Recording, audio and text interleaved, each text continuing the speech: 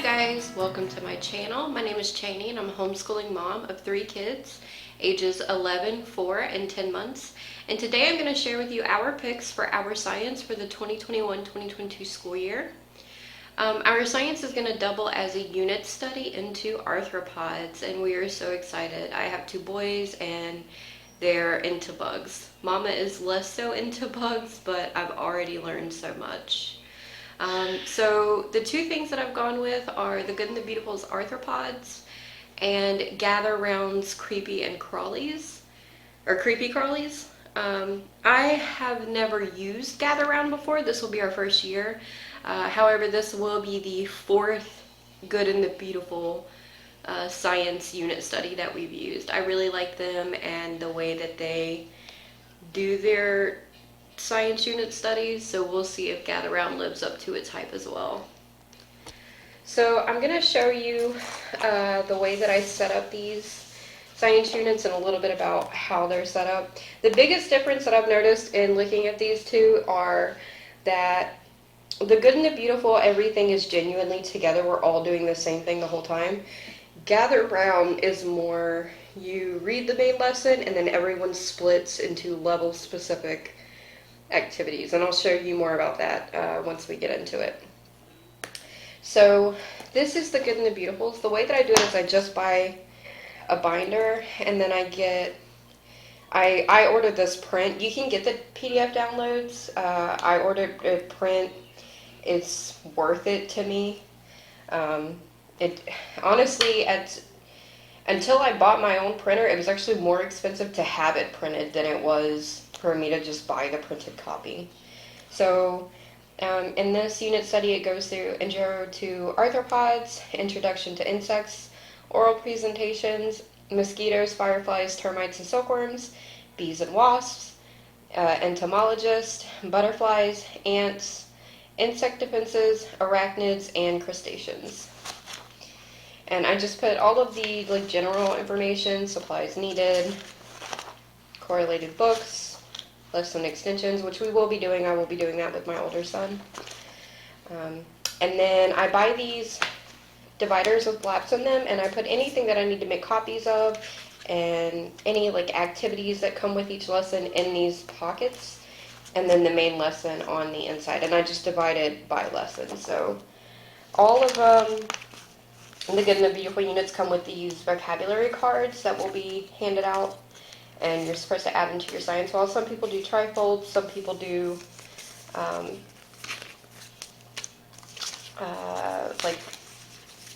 science journals, science walls. I genuinely don't know exactly what we're going to do this year. I haven't gone that far with it. I know I'm going to have my son make his own dictionary, but I'll put that in another video when I get around to it so you can see how we're going to do that. And so, yeah, the way this works is you read through. These are the lesson extensions. And then I go through and I add in little things that I find. Like this was a little reader book from the Level K Language Arts from The Good and the Beautiful. And we still have it, so I just took it and I threw it in here, and we'll read this little read aloud. I'm not all the way done because we're going to be doing this. I let the kids take a vote on which one they wanted to do first, Gather Round or The Good and the Beautiful. And my son was super excited to start the Gather Round. So we'll actually be doing this in the second part of the year. So I have more time to sort of add more stuff in. This is from Beginner Box Set A from The Good and the Beautiful. And it's just a story about a cricket that hops up. And so I added that in there. These are some printables that I found. They were free. I literally just Googled, firefly printables. And I'm adding this in there because when I'm reading aloud, like our nature readers and stuff, I'll have my younger son, or my kids kind of doing something with their hands. This is just like a fact sheet for us to do. A poem. All of this I found just free on Google. A bookmark, Firefly Life Cycle fan book for them to color and put together, Firefly math, yeah.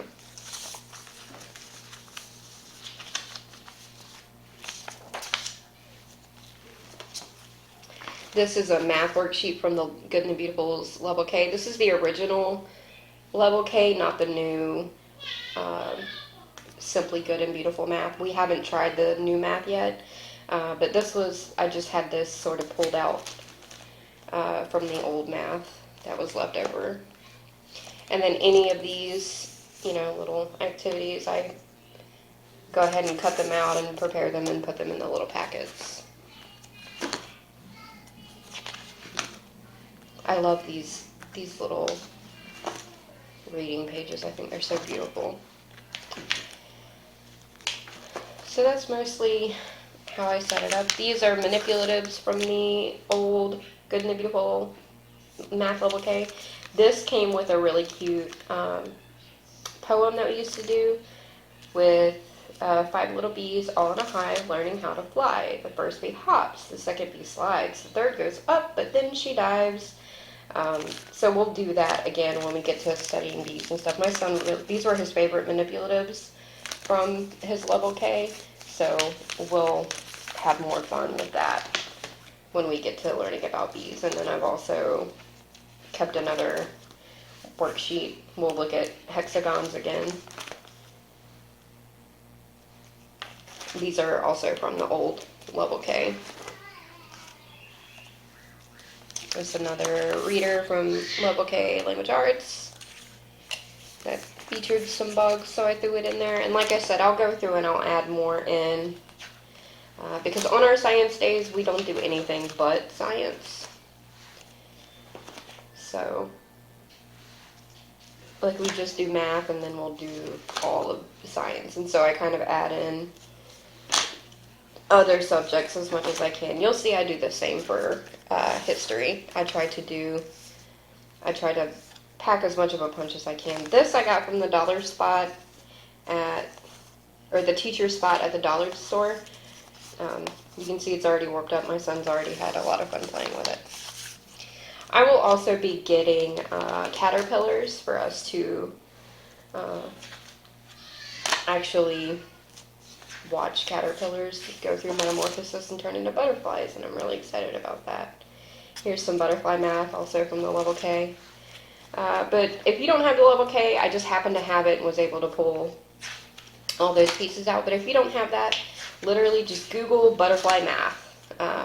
A good thing to do with butterflies is symmetry, which is also a new concept that we're going through in our math. So, there's a lot of art projects you can do with symmetry. There's all kind of stuff. These little books come with every Good and the Beautiful science unit. You cut them out and you staple them together, or bind them, or however you do it. I just staple them. And they're really cute. And you can keep these forever. I just throw them in here, and then once we have read them, they go along with the rest of our resources.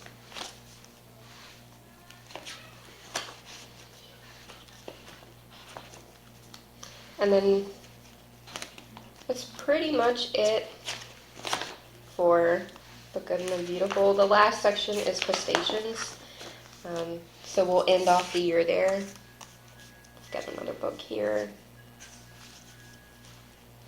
The area that we live in, we live near the East Coast, so there are a lot of like fiddler crabs and stuff like that for us to go just look at our local park. Okay.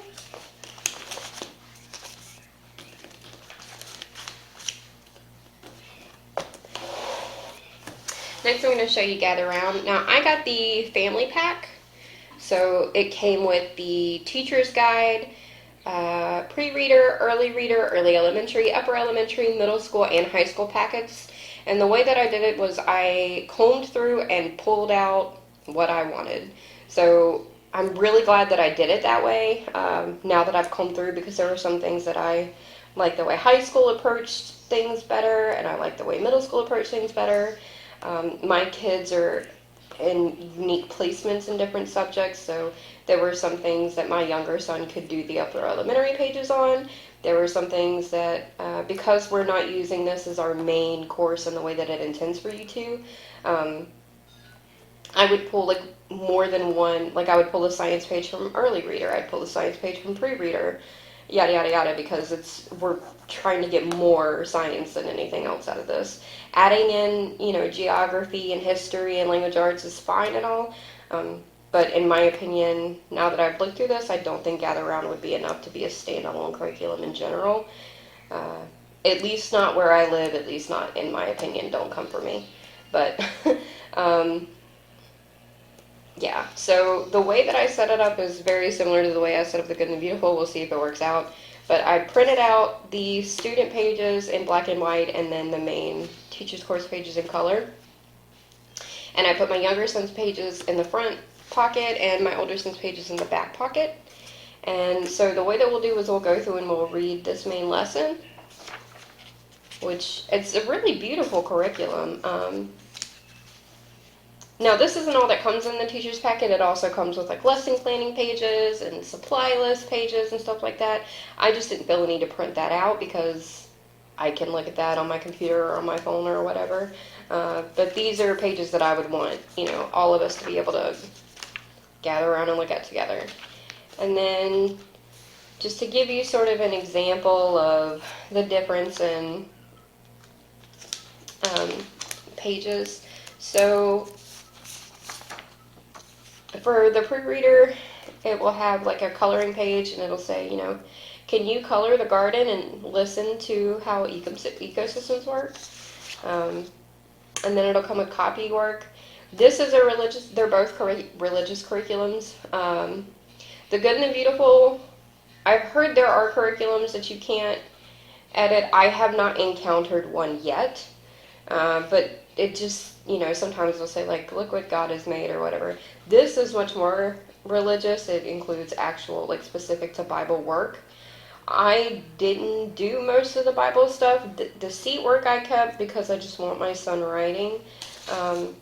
And I know in one spot there was like a fruits of the spirit conversation, and to me, having conversations about being gentle and being kind and being selfless and not being jealous, those are good conversations to have whether you're religious or not.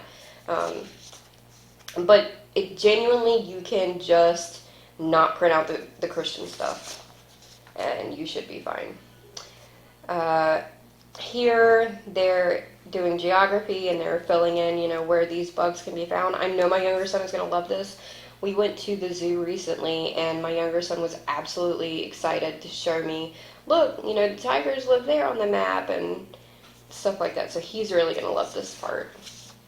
And then for my older son, here's his geography where he has to get more specific about where the beetles live and make his own key. What is an ecosystem? What are some beneficial insects you might find in a vegetable garden? How do they help? What are some examples of living and non-living things in a vegetable garden ecosystem? What might happen if the beneficial insects were removed? So his is going to be deeper while my younger son is coloring.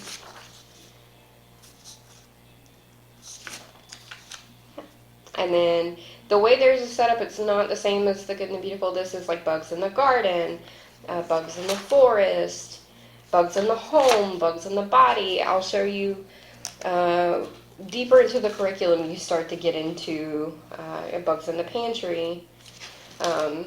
You start to get into like parasites and stuff, and I am not a bug fan. I'm not a bug. Bugs and bodies. Yeah, here we go. See, fleas, worms. I can't. Ugh, it's so gross. And kids are gonna lice. Gross. I'm gonna be so weirded out the whole time. My kids are gonna find it hilarious, but that's basically it. I will certainly do a review once I get done with this and let you know which one I like better. I hope that I do like it because I really like what it is trying to get at. Looking through it and putting it together, I don't know if it's going to do it, but I'm hopeful that it will. The next thing I'm going to show you is all of our reference books and read alouds that we're going to be doing. The first one is the Nature Reader. This is from The Good and the Beautiful. When I got this in the mail, I was so excited because it is much better quality than what I thought it was going to be. All of the pages are super glossy. The outside is like really good library bound. And it is the firefly, the honeybee, the garden spider, and the monarch butterfly, and it tells their life from beginning to end in a narrative format, but there is so much scientific information packed into these stories, it's ridiculous. We've already read through this book once, but we'll certainly read through it again, because it's one of those things that I know my younger ones are going to need to read through more than once. So there's that. Next thing we have is the Fiddler Crab. As you can tell, we've already read this one too. It's the same thing as the Nature Reader. It's beautifully illustrated. It's written in a narrative format, but again, it is definitely a living book as far as learning about how their life cycles work. Up next, I have 100 Questions About Bugs. This is a cute little book. My younger son asked to read this book all the time, and it's literally written with just 100 questions. Each page spread has like a theme to it. You know, it'll be like Bugs in the Dark, Ready, Set, Go, and it's just a fun little read. I would recommend that. This, I looked high and low for this. I had this book whenever I was little. Do you guys remember these Topsy-Turvy books? I remember when I was a little girl, there's a part in this book where Junebug brushes her hair 100 strokes, and I remember trying to brush my hair 100 strokes to be like Junebug, because this was my favorite book. I was so excited when I found this. They don't make these anymore, but if you find one of these Topsy-Turvy Bugsville books, buy them. They're so great. Each story has a little moral to it. Worth the money. The next book I have is Field Trips. This includes bug hunting, animal tracking, shore walking, and bird watching. It has great scientific diagrams in it. Sorry about the background noise if you hear that.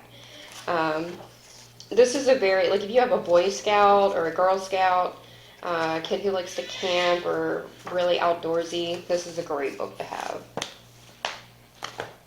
Next up, I have Praying Mantises, Hungry Insect Heroes. This book, I believe it has photoreal images in it. This is an older book, so it's not like the most fun read, but my kids will enjoy it. It's got a lot of really great information in it. I'm sorry, you guys, I'm weirded out by bugs. I'm not a big bug person, so stuff like this gives me the heebie-jeebies. Next we have Little Explorers Bugs. This is a lift the flap adventure. As you can see, we've already kind of started lifting some of the flaps. We haven't made it all the way through this book, but so far it's a really cute read. It'll have some information, then you open it, and there will be more in the back. This is really good for a younger audience. My older son is into it, but this isn't. He likes, books like that a little more. It's just the interactive stuff is better for my younger son. This is a sticker book that I got in the spring when we planted our garden for my younger son. I got this from the dollar spot, or I said it again, the teacher spot at the dollar store. And it just has these stickers and you fill it in and it's got some information about, everything to do with the garden. And so I kept it because there were some pages left that he could still do. And it's just something to keep his hands busy while my older son and I are digging deeper into the subject. Next is the big bug book for kids. The way this book works is it will give you 2 coloring pages and a page of information about each bug. There's 20 bugs in here. I bought this before I got Gather Around so that my son could color